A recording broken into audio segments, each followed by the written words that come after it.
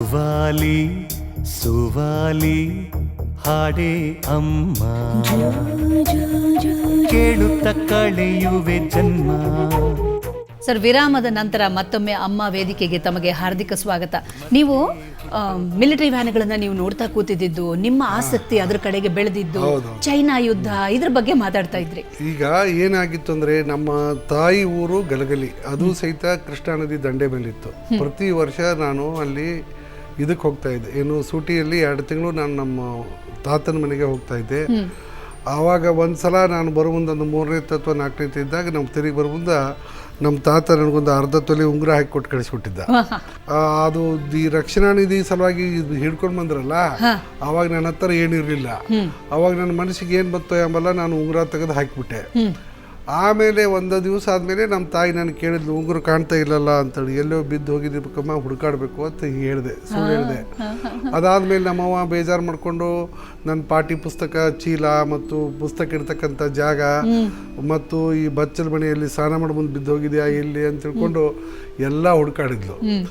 ಮತ್ತು ಇಲ್ಲಿ ಎಲ್ಲೂ ಸಿಗಲಿಲ್ಲ ಅಂದಮೇಲೆ ಏನು ಮಾಡಿದ್ಲು, ನಮ್ಮ ಮನೆ ಮಗಳಿಗೆ ನಮ್ಮ ಕ್ಲಾಸ್ಮೇಟ್ ಒಬ್ಬಿದ್ದ, ಅವನು ಕರೆಸಿ ಕೇಳಿದ್ಲು, ಈಗ ಒಂದು ಉಗ್ರ ಕಳ್ಕೊಂಡಿದ್ದಾನೆ, ಶಾಲೆಗೆ ಏನಾದ್ರು ಬಿದ್ದಿದ್ದೇನು ಸ್ವಲ್ಪ ಹುಡುಕಾಡ್ರಿ ಅಂತ ಹೇಳಿದಾಳೆ. ಇಲ್ಲಮ್ಮ, ನಾನು ಅವನು ಕೂಡ ಬರ್ತಾ ಇದ್ವಿ, ಅವನು ಅದು ಡಬ್ಬಿಗೆ ಹಾಕಿದ್ದಾನೆ ಉಂಗ್ರ ಅಂತ ಹೇಳಿ. ಅದಾದ್ಮೇಲೆ ನಮ್ಮವ್ವ ಸುಳ್ಳು ಯಾಕೆ ಹೇಳಿದೆ ಅಂತ ನನಗೆ ಭಾಳ ಚೆನ್ನಾಗಿ ಸೇವೆ ಆಯ್ತು. ಕೊಟ್ಟಿದ್ದೀನಿ ಅಂತ ಹೇಳ್ಬೇಕಾಗಿತ್ತು, ಅದಕ್ಕೆ ಹಾಕಿದ್ದೀನಿ ಅಂತ ಹೇಳ್ಬೇಕಾಗಿತ್ತು. ನಾನು ಈ 2 ದಿವಸ ಹುಡುಕಾಡಕ್ಕೆ ಹಚ್ಚಿದ್ಯಲ್ಲ ಅಂತ ಒಂದು 4 ಸೇವೆ ಆಯ್ತು ನಮಗೆ. ಇಂಥ ಒಳ್ಳೆ ನೆನಪುಗಳನ್ನೆಲ್ಲ ನೀವು ನೆನಪಿಸ್ಕೊಂಡು ಹೇಳ್ತಾ ಇದ್ದೀರಿ. ಸವಿ ಸವಿ ನೆನಪು ಅಂತ ಹೇಳಿ ನಿಮ್ಮ ಒಂದು ಕಿರು ಚಿತ್ರವನ್ನ ನೋಡ್ಕೊಂಡು ಬಂದು ಮತ್ತೆ ನಮ್ಮ ಮಾತುಕತೆನ ಮುಂದುವರ್ಸೋಣ.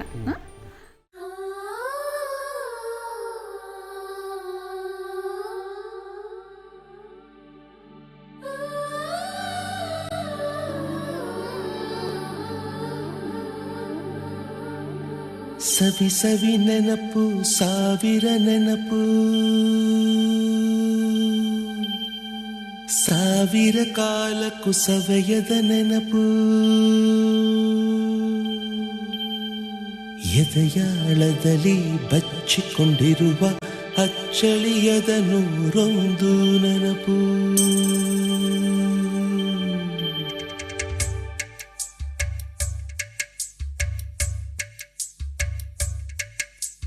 ಸವಿ ಸವಿ ನೆನಪು, ಸವಿ ಸವಿ ನೆನಪು, ಸಾವಿರ ನೆನಪು,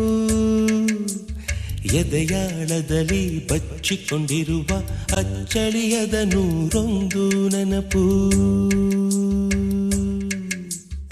ಏನೋ ಒಂದು ತೊರೆದ ಹಾಗೆ, ಯಾವುದೋ ಒಂದು ಪಡೆದ ಹಾಗೆ, ಅಮ್ಮನ ಮಡಿಲ ಅಪ್ಪಿದ ಹಾಗೆ, ಕಣ್ಣಂಚಲ್ಲಿ ಕಣ್ಣೀರ ನೆನಪು.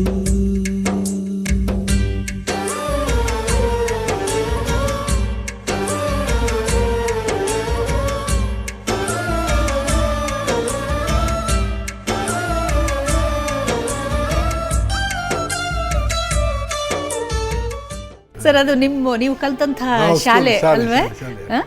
ಹೇಗಿತ್ತು ನಿಮ್ಮ ಶಾಲಾ ದಿನಗಳು? ಹೇಗಿದ್ವು ನಿಮ್ಗೆ? ಶಾಲಾ ಜೀವನ ತುಂಬ ಚೆನ್ನಾಗಿತ್ತು. ಯಾಕಂದರೆ ನಮಗೆ ಆವಾಗ ಒಂದೊಂದು ಕ್ಲಾಸ್ಗೂ ಸಹಿತ ಭಾಳ ಆಸಕ್ತಿ ತೊಗೊಂಡು ಕಲಿಸ್ತಾ ಇದ್ರು. ನಮ್ಮ ಗಾಂವ್ಕರ್ ADGP ಆಗಿ ರಿಟೈರ್ ಆದ್ರಲ್ಲ, ಅವ್ರ ತಂದೆಯವರು ನಮಗೆ ಸಹಿತ AU ಆಗಿದ್ರು ಮೊದಲು, ಆಮೇಲೆ ಇವು ಆದರು.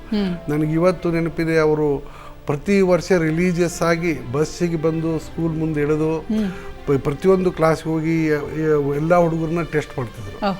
ಅಂದರೆ ಆವಾಗ ಒಂದು ಗೌರ್ಮೆಂಟ್ ಸ್ಕೂಲಲ್ಲಿ ಸಹಿತ ಒಂದು ಶಿಕ್ಷಣದ ಬಗ್ಗೆ ಅಷ್ಟು ಅತೀವಾದಂಥ ಒಂದು ಕಾಳಜಿ ಇತ್ತು. ಮೇಲಾಧಿಕಾರಿಗಳು ಸಹಿತ ಭಾಳ ನೀತಿಯಿಂದ, ಭಾಳ ನಿಯತ್ತಿನಿಂದ ಕೆಲಸ ಮಾಡ್ತಾ ಇದ್ರು. ನಮ್ಮ ಅಮೆರಿಕದ ಅಧ್ಯಕ್ಷರು ಎಲ್ಲೋ ಒಂದ್ ಕಡೆ ನೆನಪಿಸ್ಕೊಂಡು, ಅಂದ್ರೆ ಮುಂಚಿನ ಅಧ್ಯಕ್ಷರು ಜಾರ್ಜ್ ಬುಷ್ ಅವರು ನೆನಪಿಸ್ಕೊಂಡು ಹೇಳ್ತಾರೆ, ಅವ್ರಿಗೆ ಆ ಬ್ರೊಕೋಲಿ ಅನ್ನೋ ತರಕಾರಿ ಕಂಡ್ರೆ ಆಗ್ತಿರ್ಲಿಲ್ವಂತೆ.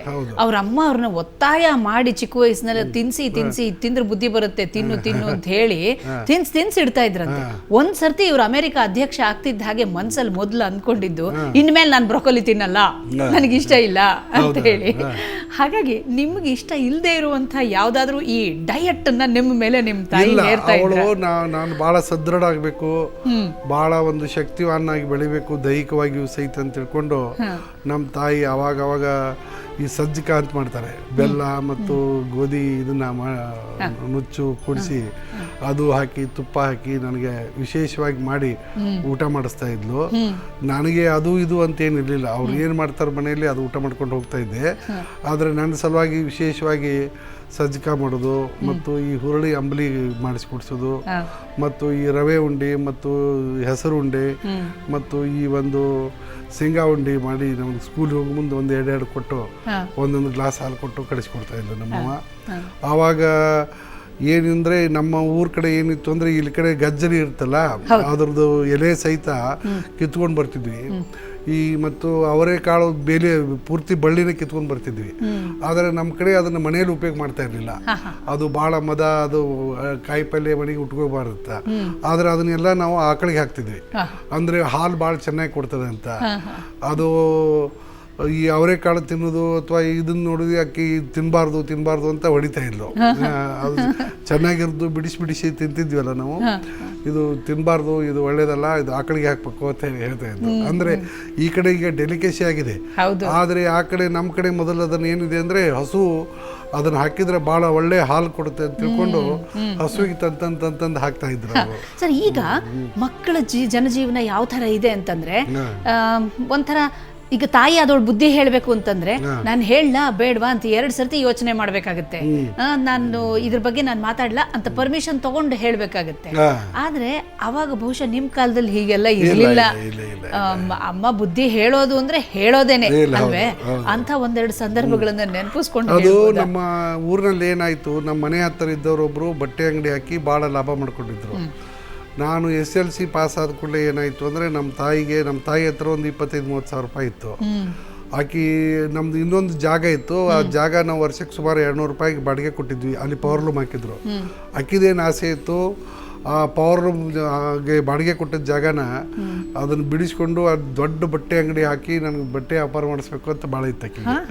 ಆದರೆ ಏನಾಗಿತ್ತು ಅಂದರೆ ನಾನು ಭಾಳ ಮಾರ್ಕ್ಸ್ ತೊಗೊಂಡು ಅಂದ್ರೆ ಸುಮಾರು ಒಂದು ಆವಾಗಿನ ಕಾಲದಲ್ಲಿ 88% ಮಾಡಿಕೊಂಡು ನಾನು SLC ಸೆಂಟ್ರಿಗೆ ಫಸ್ಟ್ ಬಂದಿದ್ದೆ. 2-3 ಸಬ್ಜೆಕ್ಟ್ ಇಡೀ ಸ್ಟೇಟ್ಗೆ ಫಸ್ಟು 2-3 ಸಬ್ಜೆಕ್ಟಲ್ಲಿ ಇಡೀ ಸ್ಟೇಟ್ಗೆ ಫಸ್ಟ್ ಬಂದಿದ್ದೆ. ಹಾಗಾಗಿ ನಮ್ಮ ಟೀಚರ್ಸು ಮತ್ತು ಎಲ್ಲರೂ ಏನು ಹೇಳಿದರು, ಇಲ್ಲ ಅವ್ನು ಕಾಲೇಜ್ಗೆ ಹೋಗಲಿ, ಅವ್ನು ಬಟ್ಟೆ ಅಂಗಡಿ ಬೇಡ ಅಂತ ಹೇಳಿದ್ಲು. ಅದರಿಂದ ನಮ್ಮ ತಾಯಿ ಸ್ವಲ್ಪ ಭಾಳ ಬೇಜಾರು ಮಾಡ್ಕೊಂಡಿದ್ಲು. ಯಾಕಂದ್ರೆ ಆಕಿ ನನಗೆ ಬಟ್ಟೆ ಅಂಗಡಿ ಹಾಕಿಸ್ಕೊಡ್ಬೇಕು, ದೊಡ್ಡದಾಗಿ ನನ್ನ ಮಗ ವ್ಯಾಪಾರ ಮಾಡಬೇಕು ಅಂತ ಆಸೆ ಇತ್ತು. ಅದರಿಂದ ಸ್ವಲ್ಪ ಆಕಿ ಬೇಜಾರು ಮಾಡ್ಕೊಂಡಿದ್ಲು. ಆಮೇಲೆ ಮತ್ತೆ ಸರಿ ಆಯ್ತು.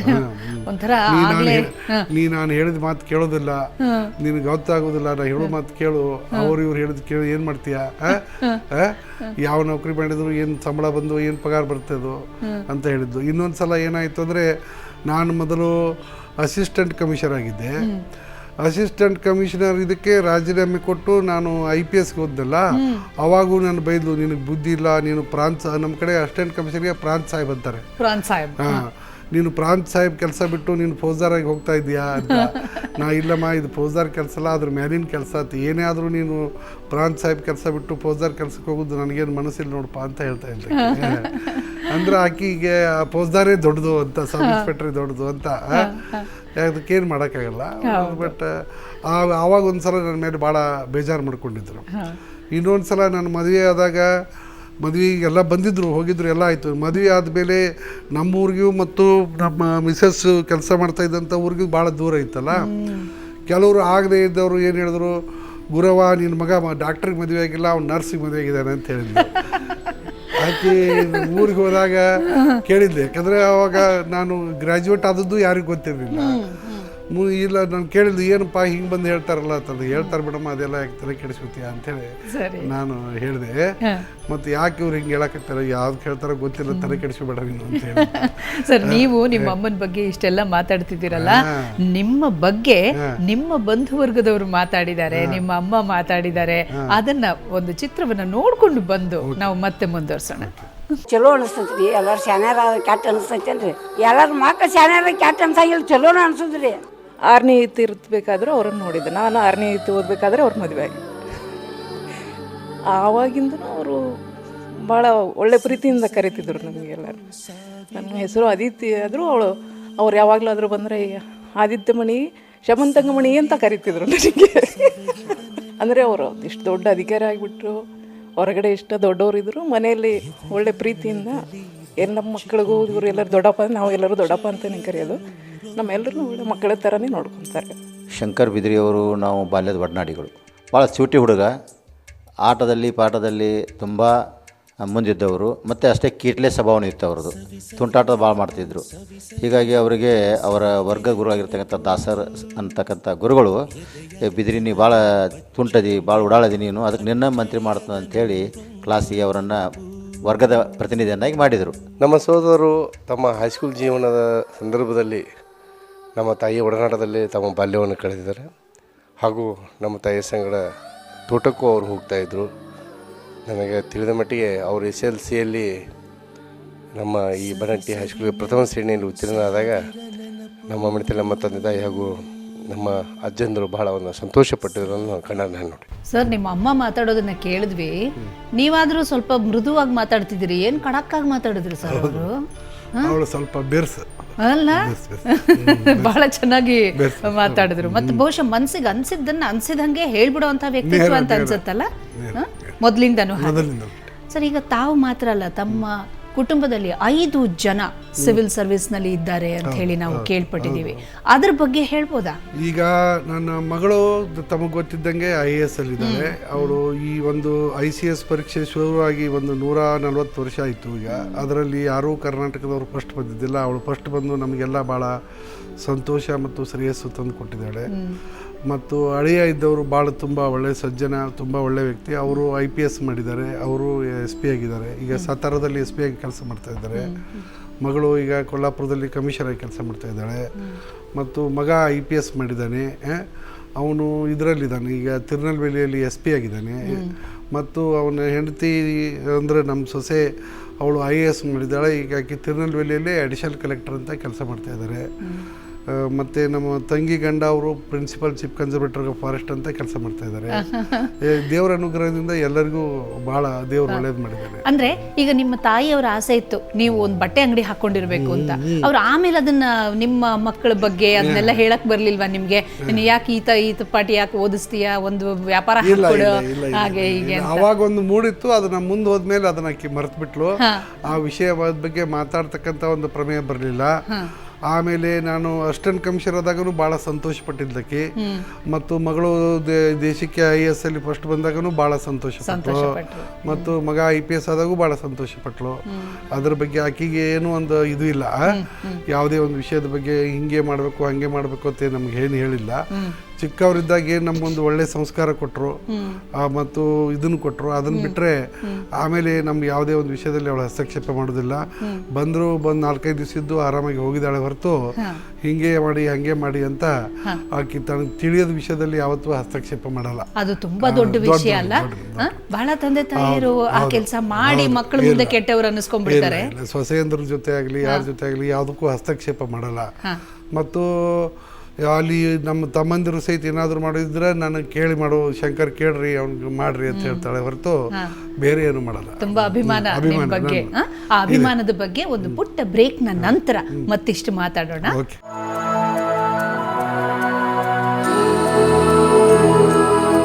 ನಾವು ಒಂಥರ ಮನೆಯಿಂದ ಆ ಮಗುವನ್ನು ಹಿಡ್ಕೊಂಡು ಹೊರಗೆ ಹೋಗ್ಬೇಕಾದ್ರೆ ಯುದ್ಧಕ್ಕೆ ಹೊರಟ ಸೈನಿಕನಂತೆ ಹೋಗ್ಬೇಕು. ಸುವಾಲಿ ಸುವಾಲಿ ಹಾಡೇ ಅಮ್ಮ, ಕೇಳುತ್ತ ಕಳೆಯುವೆ ಜನ್ಮ.